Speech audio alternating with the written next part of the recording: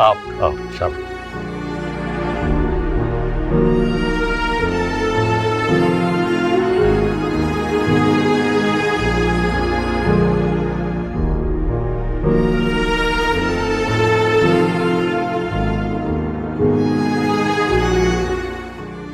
अच्छा भाई, अब मैं सुकून से रिटायरमेंट ले सकता हूँ।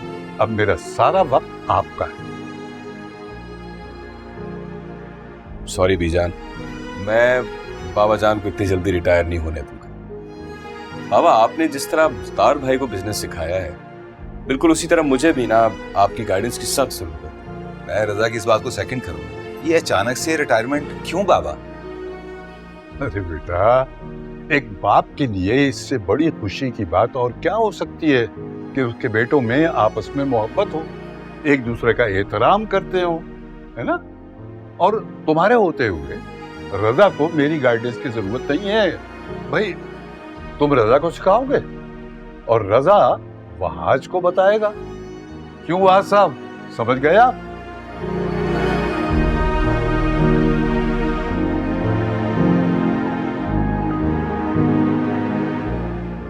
आवाज आइए वहां साहब, आज से मैं आपको अपना असिस्टेंट हायर करता हूँ। बैठो।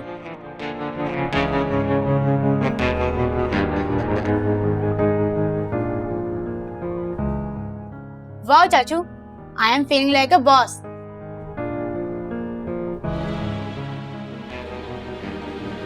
उठो उठो हमसे। ऋषा, ये मेरे बाबा की कुर्सी है, इस पे मैं बैठूंगी, तुम नहीं।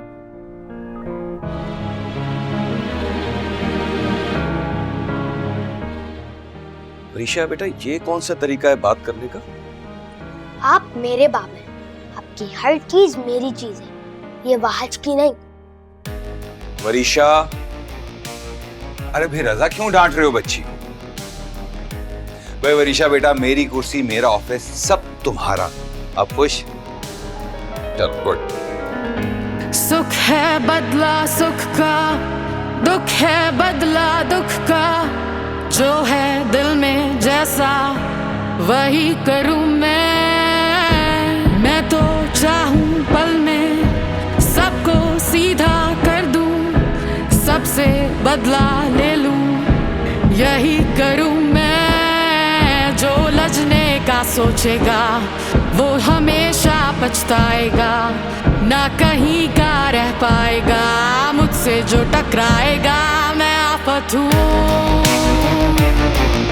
मैं आफत हूँ, आफत हूँ, आफत हूँ, आफत हूँ। हाँ मैं आफत हूँ, मैं आफत हूँ, आफत हूँ, आफत हूँ, आफत हूँ।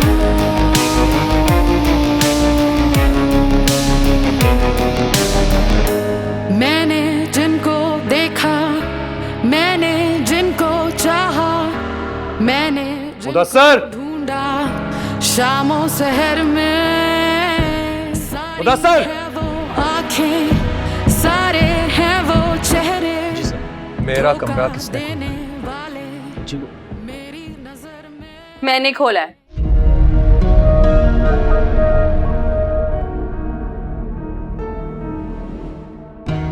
तुम जाओ।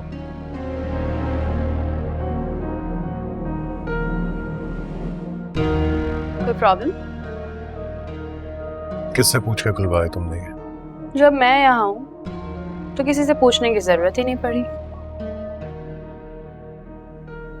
शायद तुम भूल रहे हो वहाज, बचपन से लेकर आज तक मेरी हर चीज पर तुमने अपना हक समझा,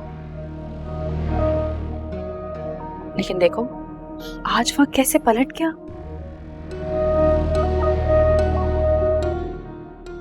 तुम्हारे बाबा की कुर्सी, मेरे बाबा की कुर्सी, ये ऑफिस, ये फ्लोर, हर चीज पर सिर्फ मेरा हक। और तुम ठहरे छोटे से बिजनेसमैन जो ये सब कुछ अफोर्ड नहीं कर सकते। इसलिए तुमसे पूछने का हक नहीं है मुझे, समझे?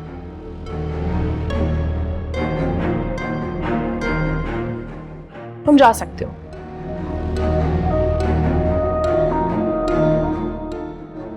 क्या हुआ? फहाज अहमद इतना चुप? हाउ? सोच रहा हूं तुम जरूरत से ज्यादा कॉन्फिडेंट हो गई हो, इनफैक्ट ओवर कॉन्फिडेंट हो गई हो। परीक्षा, ये बिजनेस जो होता है ना, बच्चों का खेल नहीं होता। अब तुम तो फिर भी अभी नई हो यहाँ पे, इनएक्सपीरियंस्ड।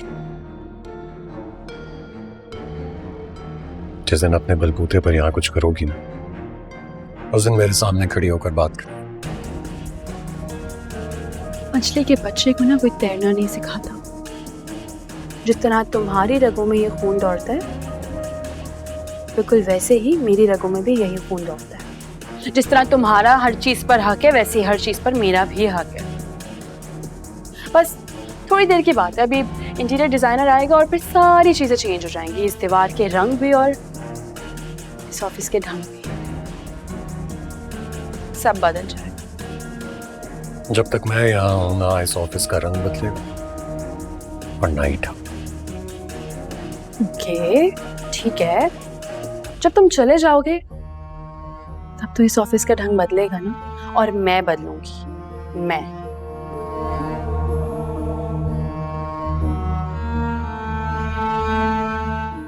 क्योंकि वरीशा ऐसा चाहती है, तो यही होगा। Got it? Got it. लेकिन ऑनेस्टली तुम्हें एक बात बताऊं वरीशा, अगर तुम ये सब चाह रही होती ना, तो मैं सर झुकाकर तुम्हारी इस मर्जी के आगे हार मान लेता। मसला ये है कि तुम तो अपनी जिंदगी में अपनी मर्जी से कुछ भी नहीं कर सकती। बचपन से तुम्हें देखता आ रहा हूं। जब छोटी थी तो चच्ची जान की मर्जी पे चलती थी, और फिर जब बड़ी हो गई तो अब अपने सौतेले बाप की मर्जी पर चलती है।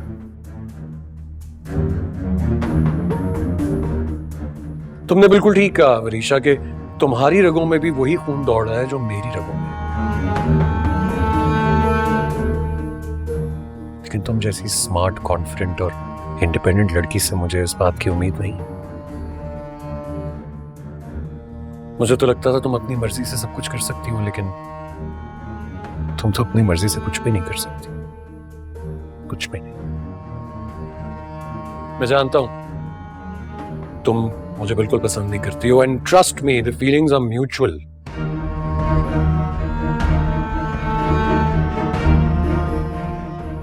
कभी वक्त मिले तो इत्मीनान से मेरी बातों पर गौर जरूर करना।